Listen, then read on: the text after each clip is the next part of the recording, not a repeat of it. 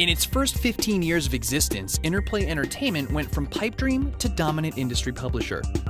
Under the leadership of their founder Brian Fargo, they made a number of highly successful role-playing games like The Bard's Tale and Wasteland. They leveraged this success to begin a publishing business, beginning with their own battle chess and soon expanding to include titles from other developers, including the very first games of Blizzard and BioWare. By 1998, they were putting out as many games as other powerhouses like Activision or Electronic Arts, both of whom had once been Interplay's publishers.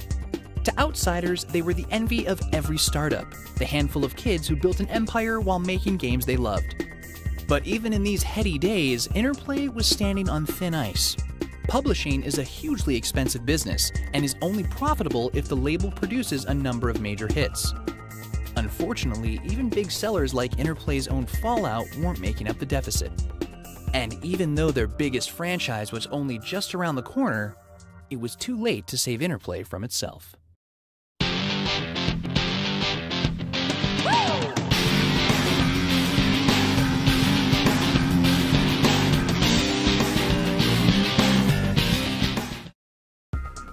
With the money he'd been making, Fargo had become an art collector and had grown to be a fan of painter Gil Bruval. So when Fargo found out that Bruval did 3D computer art as well, something clicked in his head. Why not reach out to Bruval to see if he wanted to do the art for a point-and-click adventure? It would be a chance to do a much more mature game with ties to literature, mythology, and religion.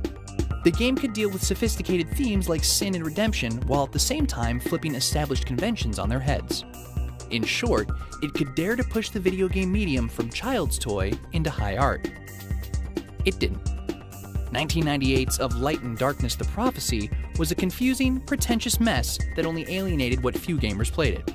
Critics said that there were some genuinely good ideas in it and appreciated its attempt to push the medium's boundaries, but none of that could make up for a convoluted story and repetitive gameplay mechanics. Needless to say, it didn't sell very well. Before its release, the game had gone through 2 different developers, hired Hollywood talent to do the voices, and paid for all of Bruval's artwork.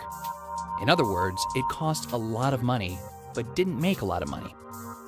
It was indicative of Interplay's larger problems. They were reaching too far, trying to do too much with too little to support them. They were genuinely trying to promote innovative content, but it wasn't working.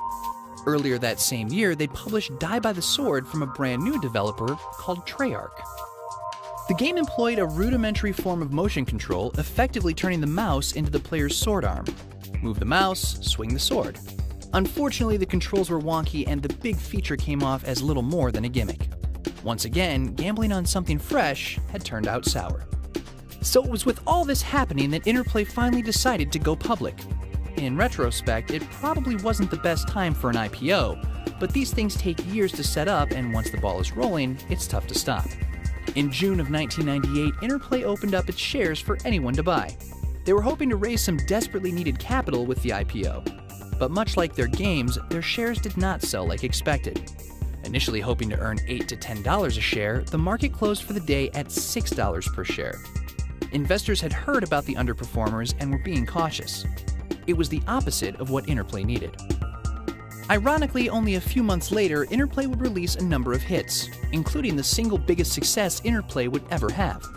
In September, Interplay published Fallout 2 from Black Isle Studios. Who is Black Isle, you ask? It was actually the exact same Interplay team that had made the original Fallout, but now they had their own brand name. Black Isle would go on to create a number of big games, mostly set in the Dungeons & Dragons universe. As for Fallout 2, it was little change from its predecessor, except that it was bigger. And like its predecessor, it was only a modest success, not enough to turn Interplay's woes around. Then, in November 1998, Interplay published the second game from BioWare. Their first game, Shattered Steel, had not done very well, but they'd learned from their first endeavor, and their current one was set in the D&D universe, so there was some hope that it would sell better. As it turned out, Baldur's Gate was to become the biggest franchise Interplay would ever have.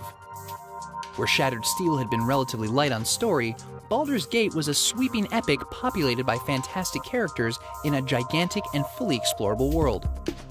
Gameplay was fast-paced and fun while still being tactical, and D&D fans found that everything perfectly conformed to the rules they knew. Word of mouth spread quickly, and before they knew it, the doctors from Canada had produced a phenomenon. And still, it wasn't enough. The complex controls of Baldur's Gate couldn't map over to consoles, which meant that Interplay still couldn't penetrate gaming's most profitable sector, which meant that, for all the good Baldur's Gate did, Interplay still had to post a loss for the quarter. And things only went downhill from there. 1999 saw unexpectedly poor performances from Descent 3 and Free Space 2, probably because they were two similar games that released right on top of each other. As if fate had conspired against them, they then published Xatrix Entertainment's gritty crime game, Kingpin, just after the Columbine high school shootings, leading to the game getting pulled from major retailers like Walmart and Best Buy. Interplay also had a few canceled projects and were restructuring the company.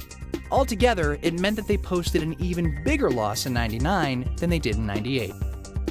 The years went by with a few more successful titles, like Baldur's Gate 2 and MDK 2 from BioWare, and Planescape Torment and Icewind Dale from their own Black Isle.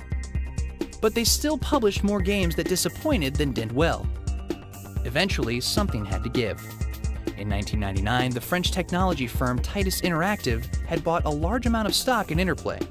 In 2001, they increased it to a controlling share. Now that Titus made all the decisions and had pumped some cash into Interplay's coffers, it was hoped that things might finally turn around. Instead, it was the beginning of the end. Titus's founder and CEO was Hervé Khan, and once his company had control, he became Interplay's new president. His first act as overlord was to shut down their publishing arm. From then on, Interplay would just be a developer, with Vivendi publishing their games. This kicked them down from industry superpower status. Of course, since they'd been losing money hand over fist as a publisher, it was probably the right move. Unfortunately, Khan did not get along at all with Interplay's founder, Brian Fargo. In January 2002, only a few months after Khan's takeover, Fargo left the company. He'd been effectively excluded from the decision-making process, and he had no urge to be a bystander in his own company. Cast into self-imposed exile, he went on to found a new studio, the aptly named In Exile Entertainment. Interplay had now cut off the biggest tie to its past, so maybe it's not surprising that they quickly began cutting off the rest.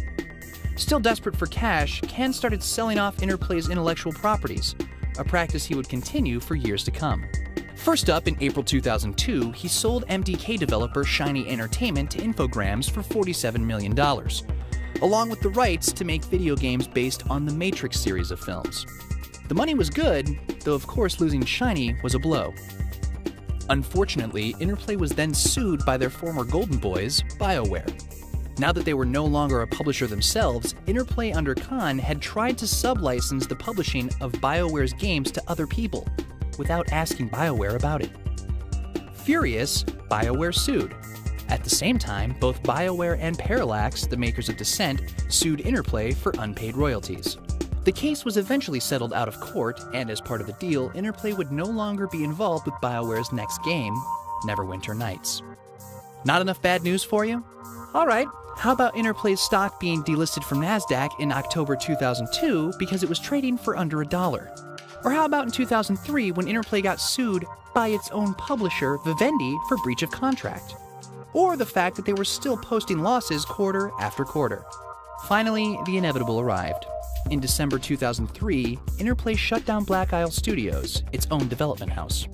At the time, the studio had just finished Baldur's Gate: Dark Alliance 2 and were currently working on the next Fallout game, codenamed Van Buren. However, a large number of Black Isle employees had seen the end coming and had already left to form their own company, Obsidian Entertainment. The Obsidian guys immediately got in touch with their old BioWare buddies and quickly got to work on a sequel to one of their games. The result was 2004's Star Wars Knights of the Old Republic 2. So now, Interplay was a video game company that neither developed nor published anything.